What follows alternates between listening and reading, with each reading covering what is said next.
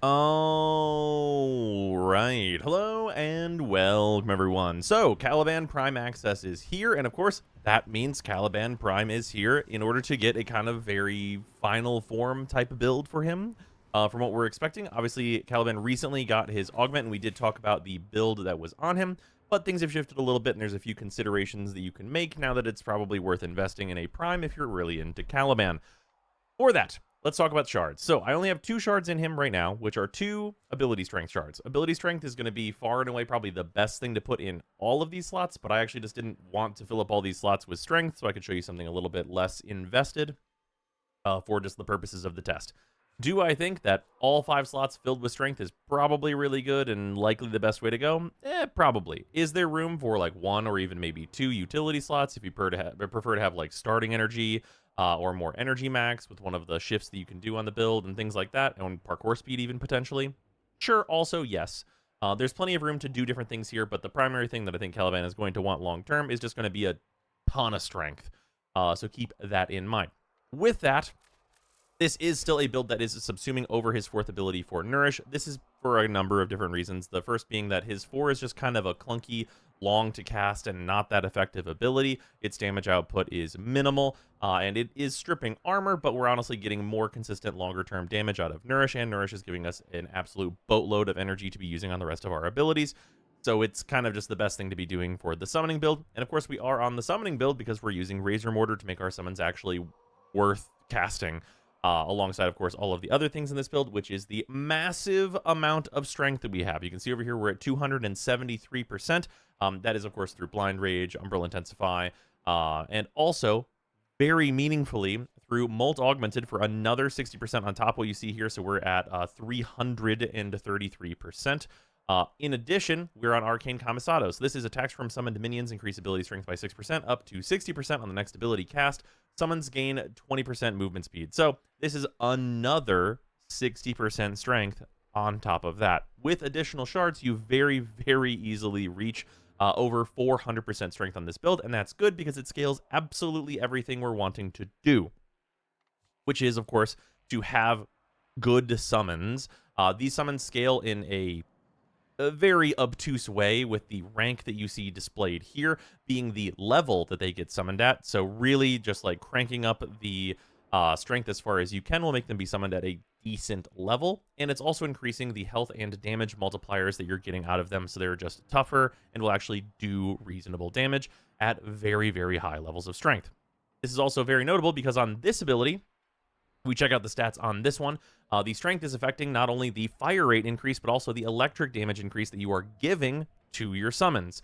So strength is scaling both of those, which are both just huge damage output modifiers, alongside these 2 high damage output modifiers with the level and the damage multiplier. And that is also combining with the damage multiplier that you get from your 2 if you're wanting to cast this. Generally speaking, I don't think it's super valuable to spend time casting this ability because you're going to have more than enough power to kill most things without it. So this is more going to be a thing that, like, on the targets that it does affect that are a bit harder to kill, you're going to use this to kill enemies with, like, weapons that you're going to be bringing.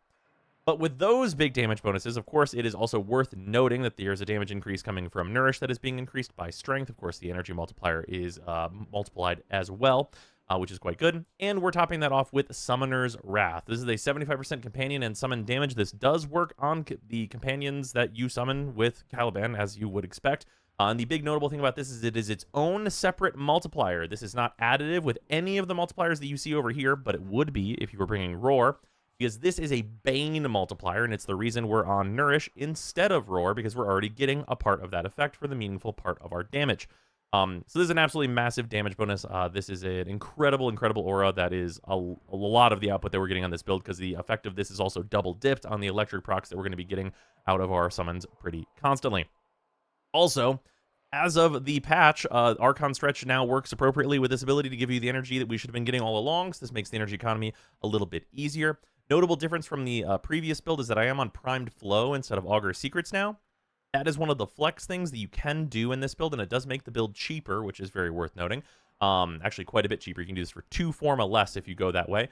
Actually, 3 Forma less, because there's a trick you can do with the forming of this slot that I actually did wrong, where I put an Aura Forma over this slot before moving that dash polarity down to where Archon stretches. So it's actually only a 2 Forma build if you forego Prime Flow in favor of Augur Secrets. But in that case, even with the enhanced shields and energy that Caliban Prime gets, you're still only at 225 energy, and for a blind rage build with only 45% efficiency, that still is on the low side, so at least one Tau energy shard to bring you up to like a nice 300, I think would be necessary if you don't want to run the primed flow and cheapen the build that way.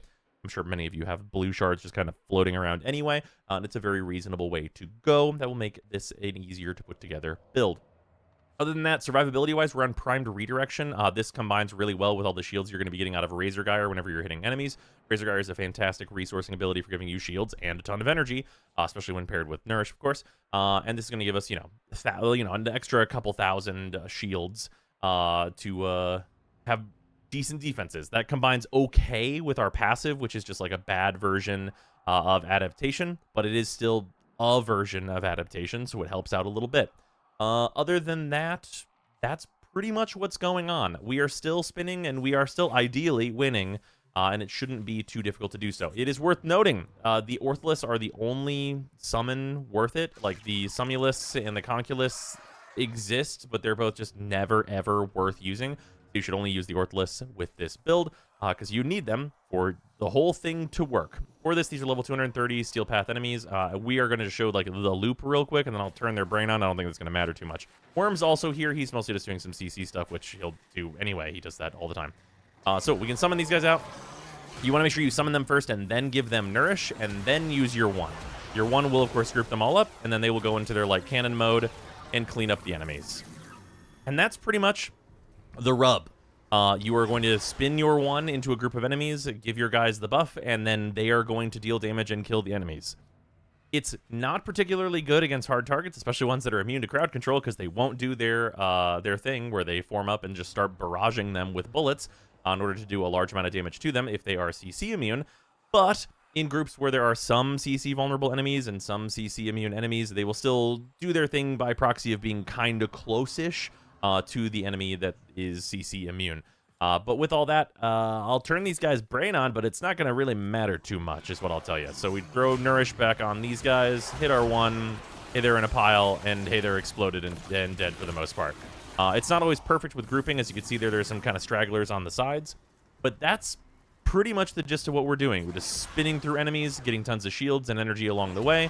And our summons are following us along, and whenever we are going to run out of our summons, we tap our summons, we tap our 4, and then we keep spinning. And that's the whole deal. That's like what we are up to as Caliban. Thankfully, we do, of course, have a pretty significant debuff with our 2, alongside the damage bonus from our 4, also affecting our weapons. So if you do need to shoot an enemy who is crowd control and vulnerable, generally they're going to not like it very much between the 100+% elemental effect of Nourish, plus the like 100% damage vulnerability or higher of our 2. So provided they are affected by both of those things, well, affected by your 2 more likely, because everything's affected by Nourish, they're going to have a bad time. It is worth noting that because this build focuses a whole lot on buffing summons, I'm using Worm here. Worm is actually one of the worst choices, but we are going to show this build off with it, because you very, very much could get into using all kinds of things. You could do the kind of setup that we had on Titania, which is like Paris Prime, plus summoning like the copies of the dogs and stuff, and doing like Duplex and like letting those run rampant, or just doing like Nautilus, which will also do grouping and then shoot things with its gun to like spread heat procs through contagion. All that stuff is very, very good and powerful, but we're just on like a very simple like support version of Worm with the Tazakor. This is good just for like CCing enemies, chilling things out, giving you some nice benefits like some like occasional crowd control and just status invulnerability, as long as a couple free abilities here and there, and a fire rate bonus, which is just generally good. And of course, Guardian is always helpful. So this is a very like, low level, not specific synergy companion. It is worth noting there are synergy companions that you do get the benefit of like using this aura and Nourish and so on and so forth with. With that though, let's run through some of that there Kuva Fortress and get to spinning. All right, rolling into Tav. This is going to be a pretty simple affair. We're gonna spin. It is, I mean, as I like pretty much well explained in the last Caliban video, it's nice for Caliban to have a thing to do now that is not like, resource up. Like whenever we got his rework, it was a situation where we were able to get a lot of resources, shields and energy, but spending them was At least his one augment is giving him like a thing to do, because like you can see like the energy gain here is like incredible, and we're obviously at 3,000 shields now, so like we can get all that stuff going and resource really well, but there's no payoff without these guys and like really setting them up with the one augment to then just shoot everybody to death. I will note that, of course, this does rely on being able to actually drag enemies through the tile set and then put them in a nice, neat pile, or to end up in a room that does have a bunch of enemies in it, and that can be wonky, especially depending on the tile set. One of the things that you can do to mitigate that is in messy tile sets, you're not in a position where, like, you're not tanky enough to use, like, a good melee weapon with influence or something, and those are good in really gummy tile sets where like there's a whole ton of walls and you can't really do your grouping thing that you want to be doing. So that's a consideration. If you were going to go that way where you're going like kind of half melee Caliban, I would very much suggest Prime Sure-Footed instead of the Cunning Drift that is on this build for the extra range, because being immune to knockdowns whenever you're going to be getting into melee range all the time is just really good. Also, you can see that whenever I spun on this guy, the minions don't teleport to me. They do get the buff. They did shoot and kill that guy, but they do not teleport to you for whatever reason whenever you only spin at a crowd control or a crowd control immune enemy, which is a strange one. But if you have a enemy that you've dragged along for the ride, it will bring them to where they need to be to die, which will be just right on top of the crowd control immune guy in all likelihood if you're just controlling it correctly. But it is another thing to manage while you're doing this. Worth noting, over the like different like leveling that I have done with Caliban, the few runs that I've just done on this mission in general, once the build has been set up, and also over the course of one of the leveling runs, this has done over 100 KPM for me, very consistently. It's been about 120 KPM, so ending with like 1,200 kills at like the 10-minute mark. Granted, that is of course, once again, without the talking tax, which does exist in terms of like, you know, there's always more things you can be paying attention to whenever you're not explaining like what the deal is with the Warframe and all of that good business. But to be fair, also, the deal is pretty simple here. We have like, you know, a lot of energy. It's a very chill energy economy. Like R1 is not that expensive if we do find ourselves in like a bad place where our energy got drained. The moment you can cast your one, it's also your survivability skill. So things aren't really super tough here. The worst part is what you kind of just saw there, is it can be really disorienting to move around this way. I find this to be sometimes more disorienting to do than like playing Titania, and some people consider Titania to be the barf fest, so your mileage may vary on how much you enjoy this build, but I think it is far and away the best thing to be doing as Caliban. Also, we can spin onto this enemy.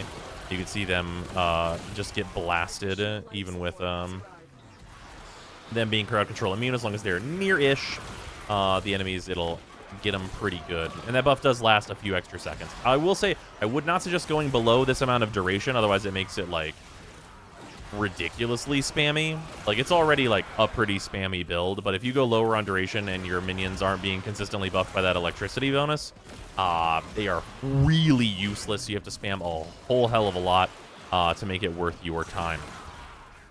Also, other things that people are probably interested in if you're looking at this video, if you're interested in the two weapons that came with this PA, the Venato and the Vidaria, both of those weapons are pretty interesting. They are going to be getting their own videos. They're interesting enough to deserve like their own videos where we talk about them. So that's going to be a thing that's coming out over like the next 2 days. Like, just right after I'm done doing this video and like editing it, make sure it's uploaded and everything like that. Those two videos are what I'm doing. So those should also be coming out right quick and soon. So you should have those very fast. I did also, of course, like go through and like build those weapons entirely on stream. So if you really wanted to, you could go over to the Twitch and you know, rip through the archive, looking at all like the different like leveling and testing we did. Here's Misery. See like the damage we can get there. Oh, they actually teleported for Misery. I must have had one guy with me, but that was like pretty good damage if you can get them to teleport. But that has happened very inconsistently for me when trying to kill acolytes. I must have had just some guy that I also sucked up into the spin.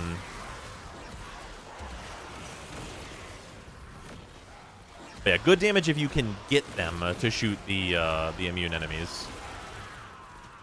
But getting them to do it has been pretty inconsistent for me. I think that's actually the first one where all 3 of them have gotten around the enemy in a way that was actually pretty good. And sometimes I'll get like 1, but all 3 is fairly rare. And it's also, you know, space in the tile set for them to teleport in is sometimes a little weird. So that is also a thing that you can be contending with. We're at the 5-minute mark. We're at 700 kills, which is actually quite a bit better than we have been doing. That's like a, you know, I mean, that ends up at like 140 KPM, which is very, very nice. And that's before, you know, doing like the full investment on shards and everything with like the extra, you know, 45% strength that you could put on top of what we're doing here. But yeah, it's a fairly chill time. If the spinning does not give you, like, you know, if it does not disorient you or anything like that, then it is very much a thing to do with Caliban. I don't think it's, like, super high tier, and it's really unfortunate that the augment was absolutely necessary to really give Caliban a real thing to do. But a real thing to do is better than not. So we take what we can get, I think. You know, it wasn't that long ago that, like, Caliban was, like, arguably, like, the worst Warframe in the game, so it's definitely a strong departure from that state, which we can hope is going to be, you know, if we can see as much improvement as we've gotten with Caliban, with Oberon, who is the next Warframe that's getting reworked, then I think we'll all be quite happy with the results.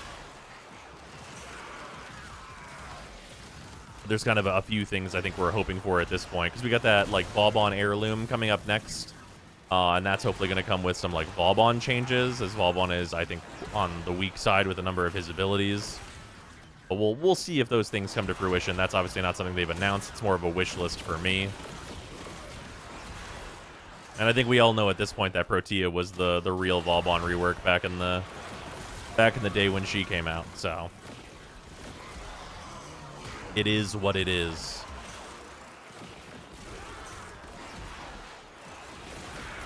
I spin in here and kill all these guys. And spin in here and kill all these guys is kind of the mantra of this whole thing. You can notice that I'm, like, not using my 2 very much, and that's mostly just because it's really just not needed. Like, it's a damage bonus.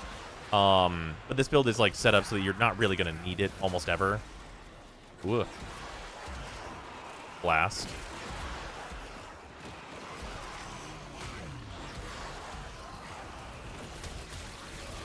Yeah, Blitz Xmas can, of course, work through your shields, especially because, like, your adaptation, well, your lesser adaptation is not doing a whole lot for helping out there. I will say, man, it's really a strange thing that they decided that, like, the Caliban's passive is just, like, a worse adaptation, because I don't know, like, adaptation as a passive would be, like, a good passive, but, like, worse adaptation is, like, capped at 50% is, like, so insanely colossally worse. I got free-to-play brain. That's you know what? That right there, that's a side effect of doing the free-to-play through that I've been up to. Going and getting that as a side effect of that. I have thousands of those on this account, and I do not really need them. But yeah, that's what happens whenever you play the free-to-play. You look at Rubido on the ground, and you're like, oh, the precious resources of our time. And that's just not necessary behavior on the, like, 10,000 hours played account. But yeah, that's where we're at. But yeah, I mean, hey, I've kind of explained what the deal is with the Caliban. What are we doing on this Warframe? I mean, you see it. You see it. Like, we're spinning enemies up and we're spitting enemies out. And that's, like, that's the thing here. Like, the damage is pretty good. It'll scale for a good amount of time. You know, I mean, like, as you get, like, way more XMI, then it gets, like, a little bit more finicky, as, like, you're not, like, you know, zooping up the Xmas, so, like, you know, a ton of Xmas can be a little bit of a problem. You have, like, enough basic bulk that, like, a lot of, like, the general, like, defensive tests work pretty well for you. They you know, and this run is the best they have ever done for killing the Acolytes. They're usually so slow with it, and they did a really, you know what? It was a good job. Some, like, you know, some AI improvements according to the patch notes, did hit the summons, but like I haven't really been seeing it. It's, you know, maybe a fluke that I'm seeing it now. Although this is post the additional hotfix that we got, so there is that as a consideration. What are we at? We're at 1300, which is not bad. 130 KPM is pretty respectable. I don't think in 2 seconds we're going to be able to get another 100 without them all spawning right in front of me right now. But 1332 is pretty good. Yeah, 130 KPM with this. Like, I'm solidly happy with that. It's a thing that like works decently well for just generic mission running. Granted, in most of those like generic mission runnings, whenever you run into weird objectives, you're mostly going to be like, oh, I drop nourish. Maybe the enemy's affected by my 2, and then I spin to restore my shields. But that's honestly all well and good. It's not a bad time. It is a thing that requires the augment, which is a thing that leaves a bad taste in my mouth long term, for just like the usability of a Warframe over time. But other than that, it's good stuff. Yeah, Caliban is in a totally fine position. I will see you all tomorrow for the Vidaria video, and then the day after that for the Venado video, though, which should also be a good, albeit much shorter time. So ends today's video. Thanks so much to all of the patrons for supporting not only this channel, but also the new Soulframe Scholar channel. It is much appreciated as that channel gets started. And thanks very much to our $10 patrons, Atheon, Ith, Albrin Drake, Alex Parnham, Arbiter Daydream, Babyhoot, Arcus, Nuven, Plotomatic, Brutus Salazar, Canolathra, Bob World, Colleen Smith, Dylan Dworsky, Athrain, James Hawthorne, GC4 Science, Josh, Lord Ian, Luzanth, Mike Easman, Mikkel, Mitchta, Nerve, Ruby, S267, Sanyu, Cezon, Sharp247, The Coupon of Death, Waifu Wars, Waldetto1, Seraphir, and Zero Weebs Plan, and of course all of the $5 and $2 patrons as well. Your support is very much appreciated, and I'll see you in the next one.